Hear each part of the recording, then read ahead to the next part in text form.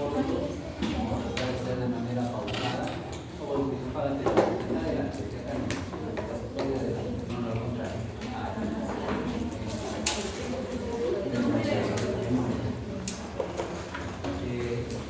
Para recordar que el año pasado tenemos el seminario, tienen que estar preparados los seminarios. Según decir a los cuales el seminario legal, ¿cómo se llama el seminario legal? A ver, mírate, decir a los que dicen legal. Nadie se acuerda solamente que es seminario.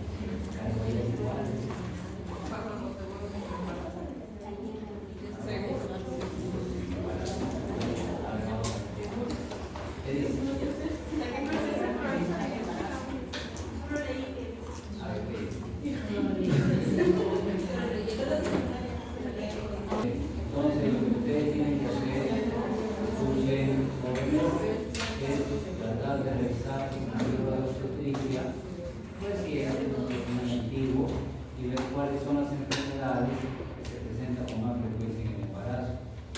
Y, de acuerdo a esa enfermedad, seleccionan con qué medicamentos se trata y van a hablar sobre ese medicamento. Entonces, en cuida positiva, lo que van a exponer, el título podría ser, por ejemplo, Mesidralidis, es un trastorno del embarazo, se requiere alimentos, hidroxina, glucosamina, dinitriginal. Ustedes hablan sobre los medicamentos, no sobre la enfermedad, sino sobre los fármacos que se usan en esta enfermedad. ¿Está bien? Puede ser preeclampsia, también es un trastorno del embarazo. ¿Qué fármacos se usan ahí? Se hablan sobre esos fármacos. Podría ser, por esta mujer, infecciones transurinarias, es frecuente también, y ahí se usan antibióticos, ahí, sí. Respecto a los fármacos, ¿qué punto se hablaría de los fármacos? ¿Un mecanismo? Lo que es farmacodinámica, farmacocinética y reacciones adversas. ¿Ya? Farmacodinámica, que es mecanismo de acción, efecto, algo de farmacocinética pequeño, y efectos adversos. Por supuesto, incluimos otra vez la seguridad. ¿Son seguros o no son seguros en el embarazo? Lo que llaman ellos, seminario, eso ya se olvidaron un poco, pero no está de más volver a recordar. ¿Ya? Lo traen preparado. ¿Ya? Lo traen preparado. Igual les daremos unos minutos pues, antes de entrar al segundo, ya traen preparado. Es decir, tienen un tiempo, terminan de buscar la diapositiva, sobre su posición. Bien. Vale. Entonces, vamos a ver primero el hipotensor. Obviamente son fármacos que bajan la presión arterial. Entonces, primero, efectuado, aparenta no ser un poco enmarañado. Lo vamos a tratar de ponernos de acuerdo con una cosa. Entonces, en la parte superior, la línea superior, habla de que la presión arterial cuando baja genera una respuesta en el sistema nervioso central. ¿Qué hace el sistema nervioso central cuando siente que la presión arterial está baja, recibe poca sangre? El hipotálamo y el hipófisis posterior van a responder. ¿Qué va a hacer el hipotálamo? Va a estimular la sed. Entonces, cuando la presión baja, a veces baja porque está deshidratado, a veces baja sin que esté deshidratado, una de las respuestas que envía tu cerebro es que incrementes la ingesta de agua, que tomes líquido, porque el líquido al final va a pasar a la sangre y la sangre va a aumentar la presión, va a aumentar un poco la sangre, va a aumentar la presión. La hipófisis posterior libera, dice acá, hormona antidiurética para que urines menos, para que haya más agua en tu cuerpo. Si esa agua se vaya a la sangre, aumenta el volumen de sangre, aumenta la presión. Y entonces reteniendo agua y dando menos, se puede compensar la hipotensión. Y lo otro es un reflejo, ¿no? Un paro reflejo, un reflejo de respuesta, ¿no? A la presión que está baja. Este paro reflejo es simpático. Si la presión baja, de inmediato el cerebro manda un mensaje para liberar la adrenalina, y no la adrenalina adrenalina. ¿Qué hacen estas sustancias con el corazón? Ayuden, eso tienen que saber, todos. ¿Qué hace la adrenalina y la adrenalina, no la adrenalina en el corazón? ¿Qué producen? Aumentan la frecuencia, o sea, taquicardia, y aumentan la fuerza de contracción. Ambas cosas. Además, son catecolaminas actuando en las arterias, producen vaso, constricción, la noradrenalina y la adrenalina toxizada en los receptores carbohidratos con receptores en los vasos sanguíneos. Alfa 1 produce vaso constricción. ¿Sí? Esa es la respuesta inicial a la hipotensión. Dígame.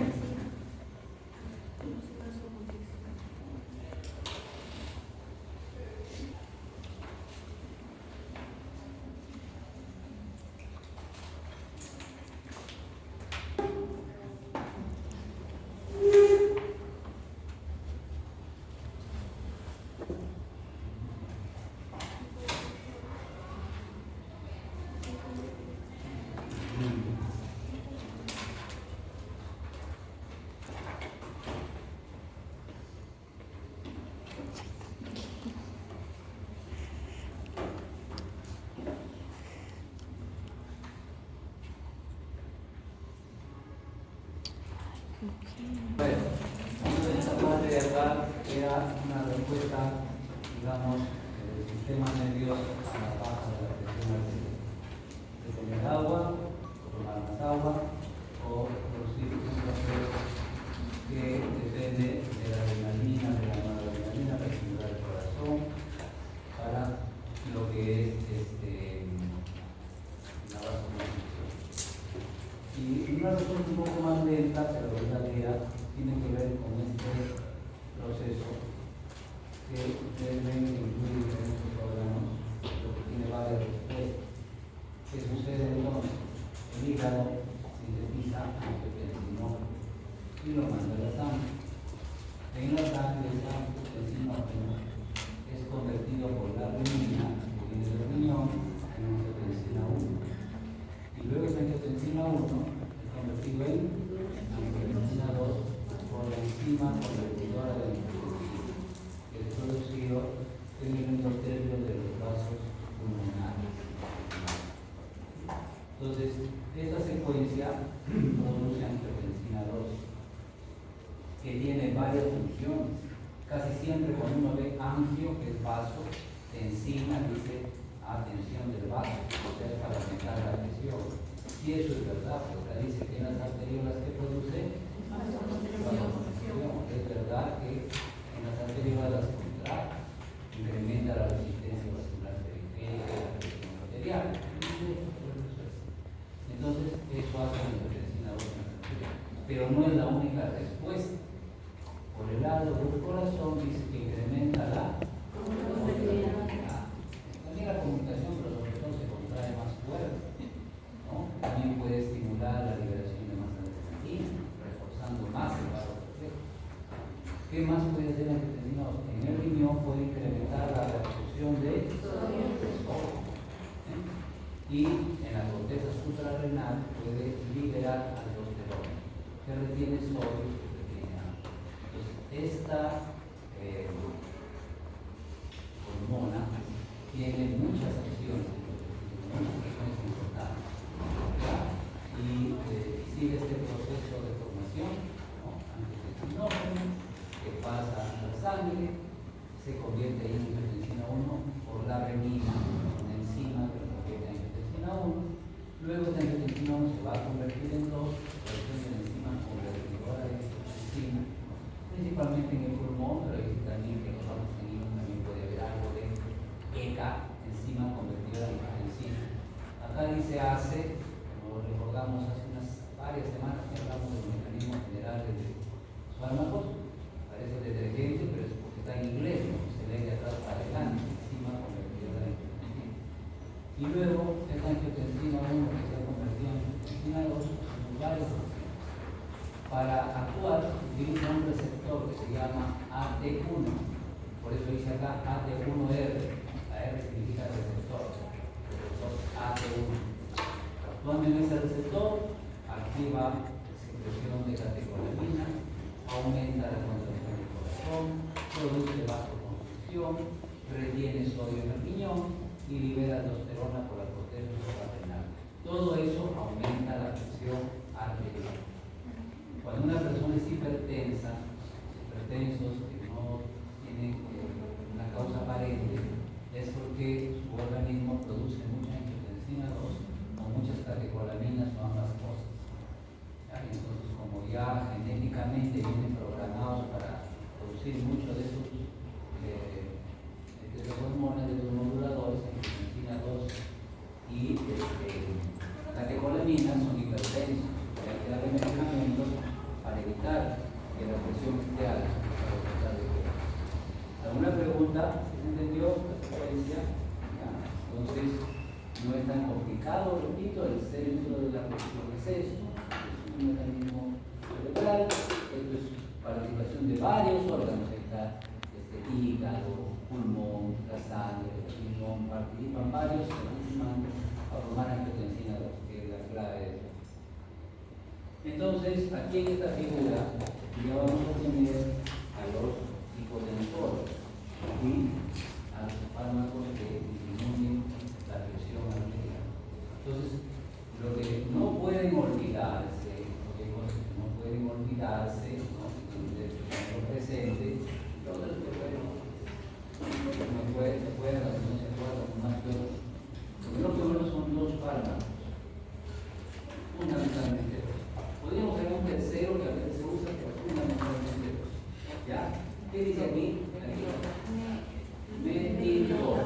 Ese no se pueden olvidar, porque es un fármaco seguro en el embarazo que se usa para bajar la presión y la preeclampsia. Que van a hablar de mañana, pasado mañana, ahí van a encontrar metidopa y la preeclampsia del embarazada. Entonces es un hipotensor seguro en el embarazo, clase B. Por eso es que tienen que acordarse, porque varios de estos que están por acá no son clase B, son clase C, clase D, entonces no se pueden usar, no son seguros.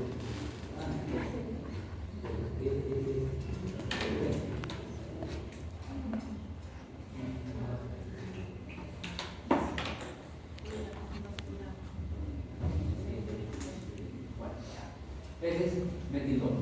Y el otro que no se puede olvidar, que ya le hemos mencionado a ustedes, que lo vamos a ver en la parte de que es lo que corresponde a la nifedipina o nifedipina, bloqueador de canal de calcio. Nifedipina, un bloqueador de canal de calcio.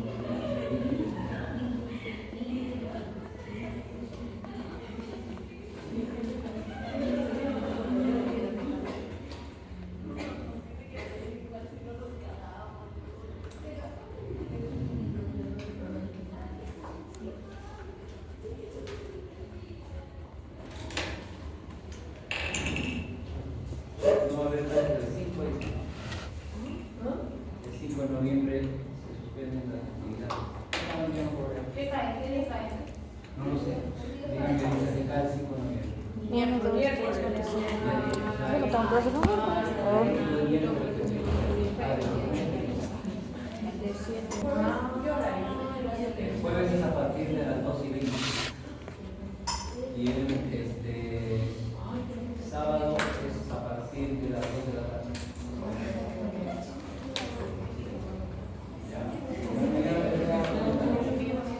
Ya verán cómo hacemos. Hacemos pastora.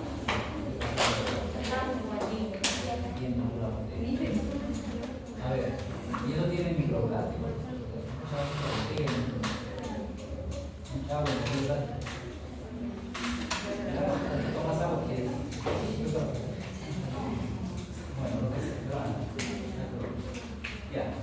Entonces, esos dos decíamos no se pueden olvidar, la metindroga y nifedipina.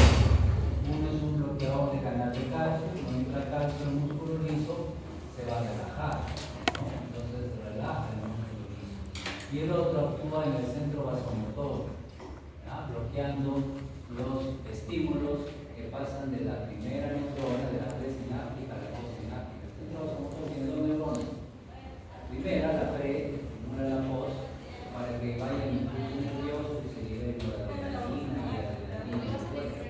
Entonces, lo que hace la adrenalina es bloquear esa sinapsis, ¿ya? Bloquear esa estimulación, esa activación, ¿ya? Del sistema simpático que se da en el centro vasomotor.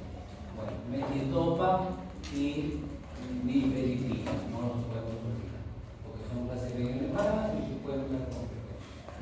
Ya vamos a hablar un poquito más de cada uno en un ratito, pero lo básico es un bloqueador, el centro vasomotor y un vasodilatador, un vaso relajante del músculo liso vascular. Después, se puede usar, ya no están seguros, pero se puede usar en el embarazo algunos beta bloqueadores. Los beta bloqueadores, pues, más conocidos por Panadol, también hay Caseridol, pero hay otros, ¿no? Atenolol, Metoprolol. Entonces, no son tan seguros, pero por ahí es una opción, una alternativa en el instante para bajar la presión arterial. ¿Qué hacen los beta bloqueadores? Bloquear entonces beta 1 en el corazón, entonces disminuye la frecuencia, disminuye la fuerza, disminuye la capacidad, disminuye la presión sistólica. ¿Y qué hacen en las arterias? Pueden producir algo de vasodilatación. Recuerden, lo dijimos, pero vamos a mencionar más adelante otra vez, que los beta bloqueadores hay más sangre, aumenta el volumen sanguíneo. En el sistema nervioso aumenta los deseos de comer sal. Sí, apetito por la sal. Y tú comes sal, la sal tiene algo de la presión. ¿Qué le dicen a los niños? Come bajo sal. Come poca sal. Porque si no, tu presión se va a levantar más tarde. Porque la sal, el sodio, retiene agua. Entonces, se aumenta el volumen sanguíneo. ¿Qué otra hace cosas el T1? En el sistema nervioso central, además puede secretar hormonas antidiuréticas, puede activar el sistema nervioso simpático. O sea, se liberan dos moduladores. ¿Cómo se llaman? ¿Cómo se llaman las catecolaminas? Adrenalina y adrenalina, que producen vasoconstricción, que hacen que el corazón aumente la frecuencia, se contraiga más rápido. Además, el AT1 directamente puede hacer que la mente se contraiga y que el corazón lata más rápido y más fuerte. Eso se llama cronotropismo. ¿Y esto? Pero no, no duerman. ¿Tiempo? ¿Quién se acuerda de Torres? La salvación. ¿Cómo se llama? Llaves, ¿dónde llaves? ¿Quién es llaves? ¿No hay llaves? ¿Qué llaves? ¿Quién? ¿No hay ninguna llave?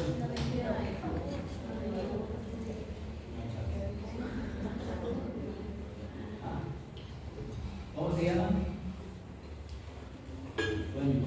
Hipnotismo. Aumento de la fuerza de contracción. Bueno, aumento de la frecuencia, taquicardia y aumento de la fuerza. Todo esto hace este receptor cuando es estimulado por la interleucina. Entonces, ¿qué hace? Los llega inhiben a la enzima contractilora. Entonces, ya no se va a formar ya no se va a estimular el receptor, ya no va a haber contracción, ni va a haber retención de agua, ni va a haber ninguna otra cosa. Una forma de bajar la presión es evitar que se forme esta regla. Y otra forma es bloquear el receptor. ¿Con qué disminuimos la formación de angiotensina 2? ¿Con qué medicamento? ¿Y con qué medicamento bloqueamos el receptor? Los arzamos, los arzamos. ¿Ya? Entonces los YECA y los ARA2. ¿Ya? El YECA bloquean la formación de angiotensina 2 y los ARA2, acá dice familia sartán. ¿Por qué dice familia sartán? Porque todo viene de sartán. Sartán, valsartán, irbesartán, candesartán, todos son sartán. Hay varios, nosotros un hito que tenemos, los sartán. Y aquí, aunque sea acordémonos del captopril, porque el naratril también es bastante usado, ¿no? Disminuyen esta secuencia, ya no va a haber calcio, entonces ya no va a haber conducción. Si no hay calcio, ya no hay conducción. Los diuréticos, nosotros hemos visto que el diurético que aplicamos al CUI, no menos, fue la hidrocloro. ¿Cómo autor de decía? ¿Qué hace acá? El sodio transportador no entra el sodio y cloro. Entonces se queda aquí el sodio con el agua, el CUI, la persona orina más y hay menos volumen de sangre. Al menos volumen de sangre baja la presión, ¿no? Se dice que también puede producir un poquito de vasodilatación, pero no es un fármaco seguro en el embarazo. Bloqueadores de canales de calcio. Estos nombres no los tengan en cuenta. Dihidropiridinas es una familia. Es la familia de los pinos. Es decir, para Navidad hay pino, para Navidad los pinos son navideños, ¿no? Las dihidropiridinas son la familia que termina en pino. ¿Qué es lo que no se olviden? Nifedipino, es más antiguo, que se ve en el embarazo, pero hay otros más que también terminan en pino. Amlodipino, isradipino, nicardipino. No me interesa que lo aprendan, solamente nifedipino. Y hay que se va a buscar nombres, a ver cuáles son las dihidropinas y va a haber un pino. Pero solamente nifedipino hay que acordar. Este es el canal de sodio que está de verdad, digamos, como es, desenrollado. Pero vamos a suponer que fuera así el canal de sodio. Entonces, el nifedipino se une por fuera al canal de sodio y bloquea la entrada de calcio, el canal de calcio, y bloquea la entrada de calcio. Es un canal de calcio tipo L, dependiente de voltaje.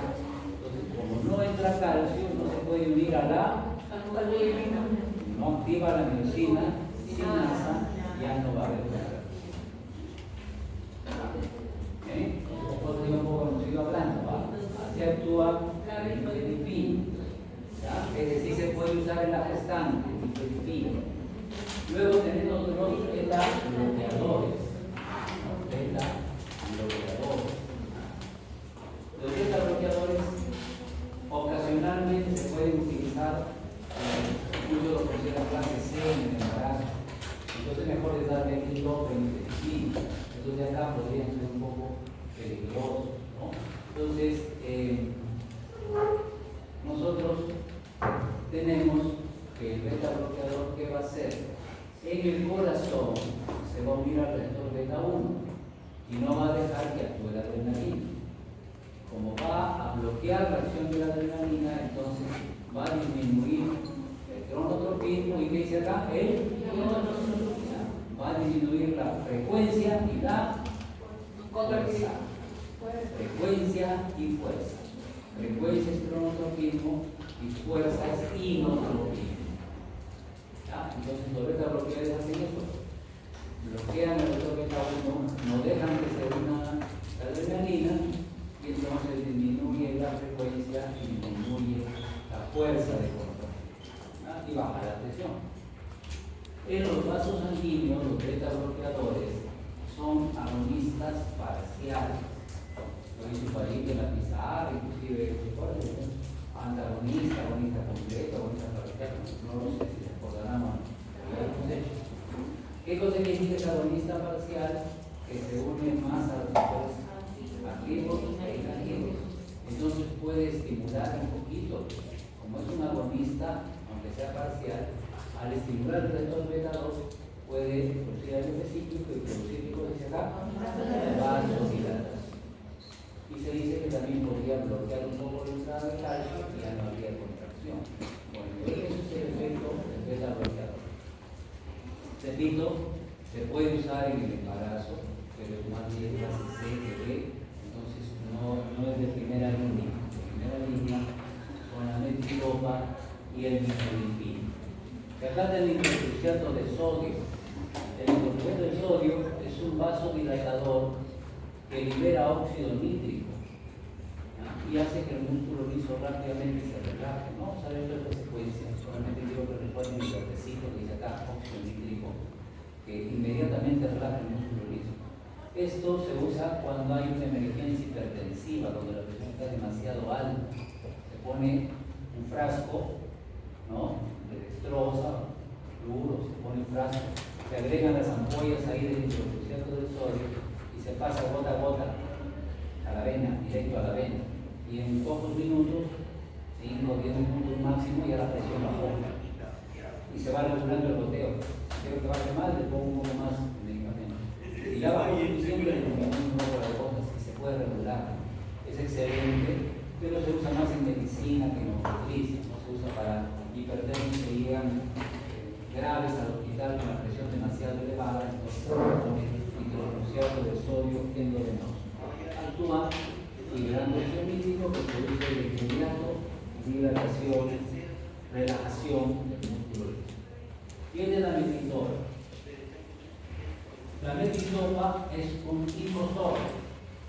¿Qué es un impostor? Algo falso. Algo falso, algo que se ha puesto en el lugar del verdadero. No es el verdadero, es el falso. Es un reemplazo, ¿no?, artificial. Entonces, miren, damos la idea y luego precisamos nuevamente. Tiene que dar papel muy claro. Esto es el centro vasomotor. En el bulbo, esto de acá, el centro vasomotor, tiene dos neuronas, una pre y una post. Olvídense un poco de corazón, vaso simplemente es la pre y la post, que es el centro vasomotor. Entonces, ¿qué va a suceder? Cuando esta neurona se excita, libera noradrenalina. Y esta noradrenalina actúa en los receptores de la segunda neurona, pueden ser beta o alfa o uno sobre todo, y los estimula. Cuando esta segunda neurona se estimula, entonces va al corazón, a los vasos y los excita. Aumenta la presión arterial, aumenta la frecuencia cardíaca. Entonces, centro vasomotor, ubicado en el bulbo raquídeo. ¿Cómo trabaja? Dos neuronas, la primera libera noradrenalina, y esa noradrenalina estimula a la segunda, eso también se puede llamar presináptico y esto postsináptico. Cuando esta se excita, los impulsos nerviosos llegan a su corazón, a las arterias, y ahí se libera más adrenalina, más noradrenalina, la presión sube. ¿Está claro? Esa es la secuencia. ¿Qué hace el impostor? ¿Qué hace la metildopa? La metildopa que toma la gestante, toma pastillas de metildopa porque no viene en ampolla. Esta metildopa llega hasta acá al centro vasomotor y se transforma en metilnoradrenalina. No es noradrenalina, sino es metilnoradrenalina. Y lo reemplaza pues a la noradrenalina. Pero como es metilnoradrenalina, entonces le engaña a esta neurona y le hace pensar que hay mucha noradrenalina. Pero no es que haya noradrenalina, hay metilnoradrenalina. Entonces esta neurona cree que hay mucha noradrenalina y ya no libera noradrenalina. Y este no se excita y baja la presión.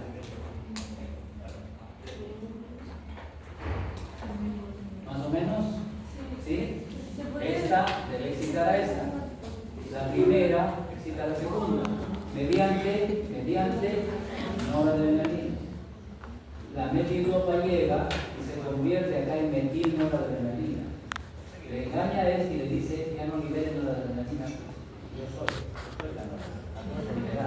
Como no se libera noradrenalina, este no se excita, no se estimula el corazón, los vasos, la presión. Entonces, ese es el mecanismo de acción de la metildopa. Para terminar esta parte, que no es extensa, tenemos aquí combinaciones. Los hipotensores se pueden dar en combinación. Solamente vamos a ver con una cosa de conocer que es así, con la otra figura y terminamos. Entonces, todas las líneas verdes son buenas combinaciones. En otras palabras, cuando un hipertenso tú le das enalapril y no es suficiente, no le baja la presión a lo que no quiere, hay que dar combinaciones. Primero se puede subir la dosis,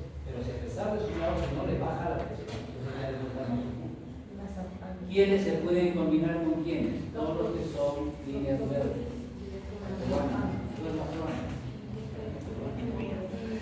Por ejemplo, a ver, díganme el nombre del idéntico.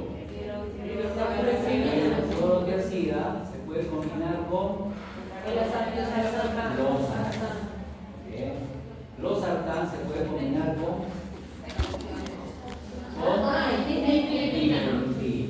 y filipino se puede combinar con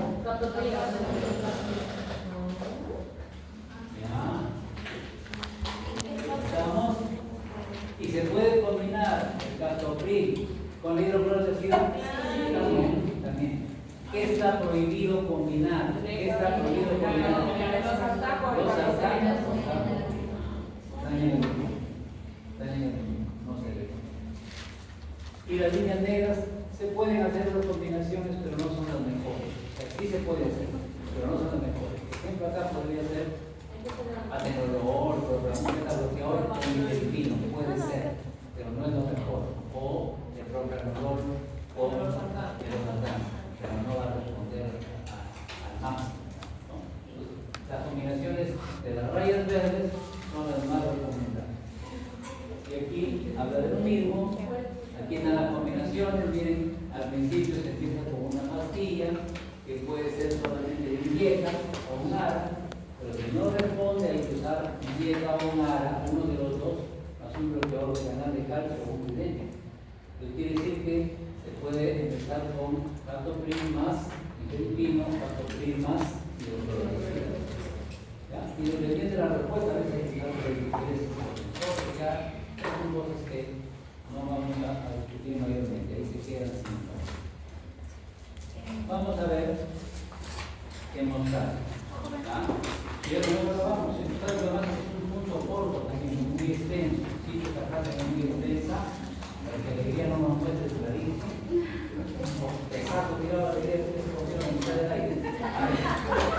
Hemostáticos, sí, hemostáticos. Despertemos. Bueno, escucha a mí, porque esto no se sabe de casa. ¿Qué mostrar? A ver, ¿qué demostrar? ¿Qué se mostrar? ¿Cuándo se dice que hay que hacer hemostasia? Esa palabra la vamos a ver ustedes al entender los partos, que hay que hacer hemostasia. No es otra hemostasia, ¿sabes? Hemostasia es otra cosa. ¿Qué es hemostasia? Detener el sangrado. Detener el sangrado. A veces simplemente apretando, ¿no? Está sangrando, aprieta, o el útero está medio relajado, es más largo y más normal que es ¿no? O un vasito que ves ahí que sangre, aprieta, la nariz, aprieta, para que pare el sangrado. Detenga el sangrado, pare, esa es hemostasia. Pero la mayoría de partos que vamos a ver no detienen el sangrado, son para evitar la coagulación, para evitar que se coagule la sangre. Porque es así, ¿ya? Uno no vamos a ver qué hace hemostasia. Ahorita lo vamos a ver. A ver, calma. ¿Qué es esto? ¿Qué es esto? Ya, algo así. ¿Qué es esto? ¿Qué es esta figura? ¿Qué es esta? ¿Qué es esta? Muy bien. Esto es la formación del tapón plaquetario. Esto es el mecanismo por el cual las plaquetas se pegan unas a otras. ¿Sí? Se pegan en forma pues una bolita, un acúmulo, un tapón plaquetario que ayuda a evitar el sangrado. Entonces, esto será bueno en la parturienta, porque acaba de tener su bebé y no debe sangrar mucho, ¿no? Pero no es tan bueno el que ha tenido un infarto, porque tiene riesgo de infarto, porque si forma un tapón de plaquetas, obstruye una arteria del corazón y se agrava el infarto, pero un infarto y la persona. Entonces, normalmente los medicamentos que vamos a ver se usan para evitar la formación de coágulos o para disolver los coágulos. Y se usan sobre todo en infarto, cuando es un riesgo, ¿no? que se formen los coágulos. Entonces vamos a ver antiagregante plaquetario. No que se agregue la plaqueta, sino que no se agregue, que no se pegue. Entonces, para eso ¿qué hay que recordar primero? ¿Cómo se produce la agregación plaquetaria? Acá está. ¿Es acá? Trombosano. La ciclooxigenasa convierte el ácido araquidónico en trombosano. Esto es un libro, la flecha está mal. Según esta flecha, el trombosano se convierte en ácido araquidónico. Pero alguien se contradice. Pero el libro dice, y el libro es perfecto, no se puede equivocar. Será un error de impresión, ya ustedes lo corrigen, pero la flecha es para arriba. Ya, el ácido araquidónico se convierte en trombosano A2. Y el trombosano A2, miren, actúa en su receptor, que se llama ATP, no importa. Es una plaqueta, es otra plaqueta, que es la plaqueta A, la plaqueta B. Y hace que esta plaqueta se active. ¿En qué consiste su activación? En que van a aparecer en la superficie de la plaqueta unas proteínas, unas glucoproteínas, que se llama la glucoproteína 2B3A. Es una proteína que aparece acá. Esta proteína atrae al fibrinógeno. Y el fibrinógeno es como un pegamento. ¿Sí? El fibrinógeno lo coge a este y lo jala. Lo coge y lo jala, la plaqueta se pega. ¿Está bien? ¿Sí? Entonces, ¿qué medicamento se usa para bloquear a la COX? Es una COX-1. ¿Qué medicamento se usa para bloquear a este? Para que no haya trombosano, para que no haya agregación plaquetaria. Pastor, ya me acuerdo aquí. La fuerte. Aspirina. La aspirina. ¿Otro nombre de la aspirina? Eso. Ácido. Fuerte, pero como mujer. Ácido acetil salicílico. Estás grabando tú. Y no queda para el próximo chico. Ácido acetil salicílico. Ácido acetil salicílico. ¿Está bien? ¿Ya? ¿Sí? ¿Estamos? Ácido acetil salicílico. Bueno. ¿Ya? Entonces, ácido acetil salicílico o aspirina, no se pide nada de esto, solamente la pegan en un pedacito. ¿Qué dice acá? Es un inhibidor de la COX-1. Por lo tanto, no se va a formar trombosano y no va a haber agregación plaquetaria, no va a suceder esto que dice acá, que la glucoproteína W, que el fibrinógeno no se van a pegar acá. Ese es un antiagregante plaquetario. Igual, como es un AINES, ¿los AINES se pueden dar en el embarazo? No. ¿Qué clases son? Son bebés. Son muy bien, ¿quién eligió? B. ¿Cuándo son B? Se aseguran en el primer y segundo trimestre y a partir del tercer trimestre se da la categoría El D. tercero son D. ¿Por qué son D en el último trimestre? A ver, ¿por qué al D con tu compañera? Me han tocado. ¿Qué te ha tocado? Yo puedo preguntar primero. Bueno, ya. ¿Por qué son placederos? ¿Por qué son placederos? Esa es la respuesta. ¿Por qué después? ¿Por qué? Caso. ¿Por qué son placederos? Claro, ya. ¿Por qué son placederos? ¿León? ¿León? ¿No? ¿Por qué son placederos? En el último trimestre.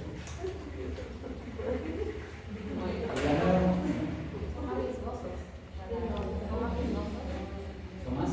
¿Qué es eso? Pero el riesgo no explica qué cosa hace. ¿Qué cosa hace? Eso es. ¿Quién dijo? Cierre de una boca cerrada y recordarse como mujer. Sin decirse nada. Fuerza, cierra el corazón. ¿Ve? ¿Ya estamos? Cierre el conducto arterioso, hipertensión pulmonar. Bueno, entonces, es la antiagregante plaquetaria. Anticoagulante. Se supone que si es un anticoagulante, evita que se forme Ustedes han visto cómo se produce la coagulación. ¿Sí? En fisiología han estudiado cómo se produce la coagulación. Tienen que estudiar. Miran un poco. A ver, calma. Acá tenemos nosotros intrínseca y extrínseca.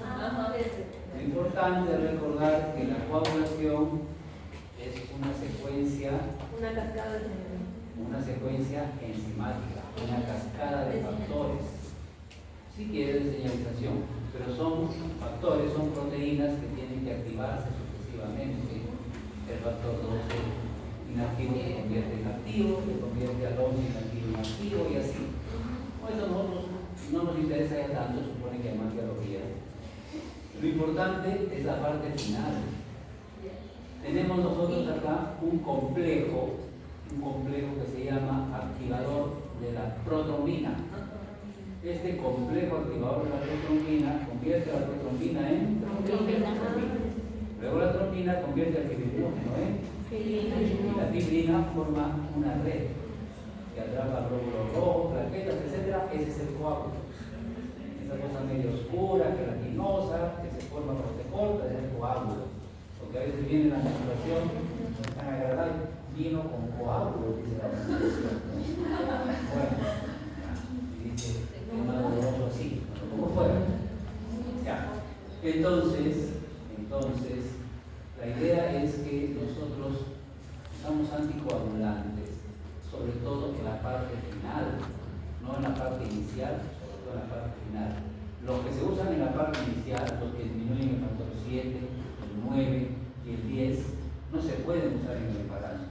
El anticoagulante que disminuye estos factores de coagulación, ustedes lo han explicado como un medicamento que está contraindicado en el embarazo, que es teratógeno. ¿Cómo se llama el anticoagulante que está contraindicado en el embarazo? Está considerado así como la atorvastatina, que es teratógeno, de la microreposición, que es rompedor, que es fácil porque es un único carro, pero que se rompedor, no hay la warfarina.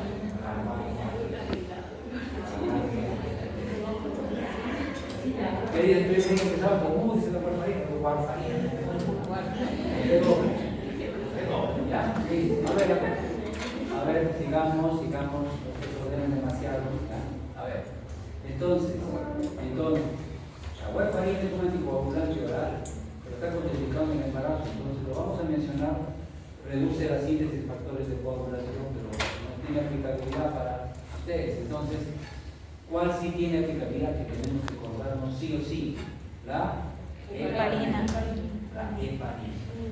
Hay heparina no fraccionada, heparina completa, digamos, y hay heparina de bajo peso molecular, que es más pequeña, ¿ya? Pues se llama de bajo peso molecular.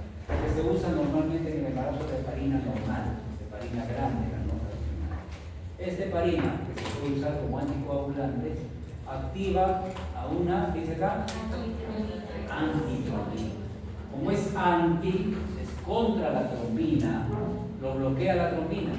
Si la trombina está bloqueada, ya no se va a convertir el fibrinógeno en fibrina, ya no va a ¿Se entiende?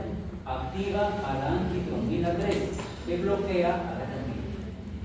También puede actuar a nivel de factor 10A. ¿Ya? Puede activar a la antitrombina para que bloquee el factor 10A. El mecanismo principal es este. ¿Ya? Bloquear a la trombina para que no se active la fibrina, no se forma la red, no se forma el trombo, no se forma el coágulo. El coágulo y el trombo son sinónimos, ¿no? Entonces aquí están las heparinas. Arriba dice heparina no fraccionada. Y como vemos, parece pues una secuencia de hilos, hay un adorno de Navidad, ¿sí? Un colgante, no sé qué es.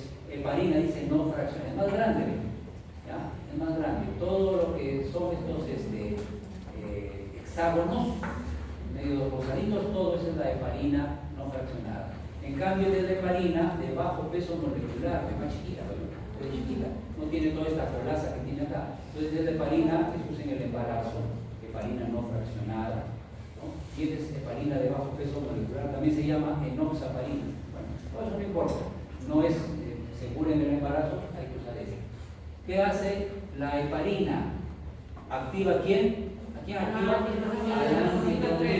A la antitrombina derecha. ¿De acuerdo? ¿Y qué hace esa antitrombina? Bloquea el factor 10A y bloquea a la trombina. Entonces ya no se convierte en fibrina y no hay. ¿Está bien? Ahora uno puede decir, ¿para qué le vamos a dar esto a una embarazada? ¿No? ¿Para qué le vamos a una embarazada? Porque si no hay coágulos, podría haber hemorragia. Entonces, ¿para qué le vamos a dar? Hay gestantes, sobre todo que han tenido partos, no tan jóvenes, ¿no? Que sufren de varices. Las mujeres más o menos sufren de varices. Y a veces más gorditas y más extraviedad y más varices les salen en la pierna. ¿Cierto? Parecen cordones su pierna. En ese embarazo, esa mujer que tiene mucha varices, por el fastidio a veces que tú se la ves para caminar, casi no camina. Está más sentada, está más echada, pero, porque cuando camina hasta parar le duele todas sus piernas, como que más. Está de sequía, cuando es muy mal grave, sequía, no tiene sentido. Bueno, si la mujer va a estar inmóvil o sin moverse mucho, encima que el útero comprime, ¿sí? A la vena cava, la sangre va a estar como congestionada, va a estar como estancada en las piernas, ¿no? Y cuando la sangre se estanca y no fluye, puede formar coágulos. Cuando la sangre está detenida y no circula, por eso la mujer que acaba de dar a luz, inclusive la que acaba de salir de la cesárea, tiene que pararse a las pocas horas. Porque todas varias horas ahí echada en sala de operaciones sin moverse. 2 horas ya. Luego va a estar en su cama quietecita, no quiere ni moverse por la cesárea, pero a las 3-4 horas máximo y tiene que soltarse. Que le duele, que pues no se mueve, pero estar quieto, la sangre quieta puede coagularse. Entonces, esa mujer que le estaba diciendo que tiene varices y que para sin moverse, puede hacer coágulos en las piernas. Y esos coágulos pueden obstruir la circulación de la sangre. El coágulo puede ir al corazón, ¿sí? Pueden, o al pulmón. Es un embolio es peligroso. ¿Ya? Entonces, para evitar que se forme un coágulo, se da heparina. A esas personas se les pone heparina, se les inyecta heparina. Entonces, no se van a formar coágulos. No va a tener hemorragia porque sea una dosis pues adecuada, pero no se van a formar coágulos por las varices que tienen. ¿Entendió más o menos? ¿Sí? Ah, mujer. ¿Qué es al fondo tú ahí que te veo concentrarse como diga en la laptop? Cuéntame. ¿Has entendido cómo funciona la heparina? ¿Cómo funciona? Cierra la laptop. ¿Cómo funciona? ¿Cómo se apellido? Chao. ¿Cómo funciona?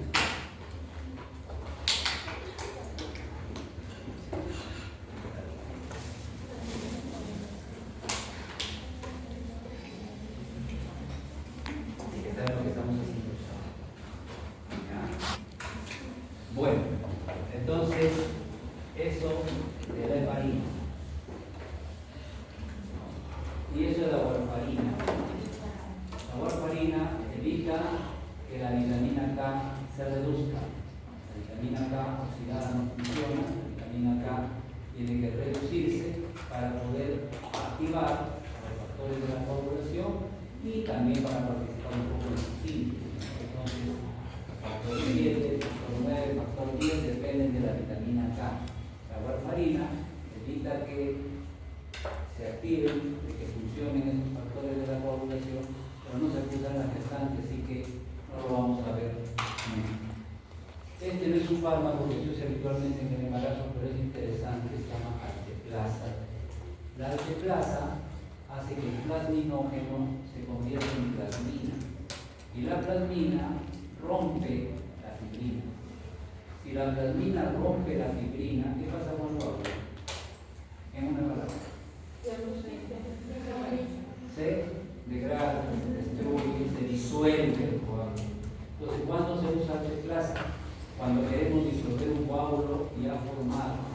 A ver, para entenderlo, esta heparina o esta warfarina son anticoagulantes, evitan que se forme el coágulo. Pero si el coágulo ya se formó, estos ya no pueden hacer nada. Para romper el coágulo, para romper la fibrina, necesitamos. Y esto salva la vida en personas que tienen coágulos obstruyendo arterias. Y el último es el ácido tranexámico. ¿Qué dice acá? Cuando el plasminógeno se convierte en plasmina, entonces la fibrina se rompe, pedazos, fragmentos de fibrina. Y el coágulo se rompe, se disuelve, se degrada. Pero cuando se usa ácido tranexámico, el ácido tranexámico bloquea la plasmina, también puede unir la plasminógena y no puede disolver al coágulo. Esto lo usan los odontólogos. Cuando sacan un diente, sacan una muela, a veces por juicio, una muela sana, pero sacan porque molesta, duele, que sí, lo sacan. La muela de juicio tiene un hueco ahí, pero y ese hueco a veces sangra. Y a los hombres se asusta porque está buscando sangre, escupiendo cada rato sangre. No coagula, bueno, un hueco, pues una cavidad que ha quedado ahí en la encía, ¿no? Y la encía sangra mucho, las encías sangran mucho. Bueno, entonces le dan ácido tranexámico, en pastillas o le inyectan. ¿Qué hace el ácido tranexámico? Que evita que los coágulos se disuelvan. Entonces se va a formar el coágulo y va a mantenerse ahí firme, tapando el hueco y no va a sangrar. Por si acaso, lo van a buscar ustedes capaz como curiosidad, porque capaz que les interesa, además de lo que hemos dicho. El ácido tranexámico en la piel borra manchas. Hay unos compuestos ahí que se llaman ISNI, no sé qué son, que cuestan como 200 soles el poquito. Tiene que aplicarte sobre la mancha, toda la noche se va a tratarte y te desaparece la mancha. Es muy útil para ser embarazada, porque te viene el embarazo y la embarazada está manchada, pero algo, el pedazo del embarazo, se aplica eso por la noche. Pero en el día tiene que usar bloqueador sí o sí. Y ese tratamiento, por unos 3 meses, debe hacerlo en invierno. Porque el sol, ¿no? En el día le puede dañar a la hora del tratamiento. ¿Ya? Entonces, ácido tranexámico, que es un hemostático que mantiene los coágulos en la piel en otro efecto.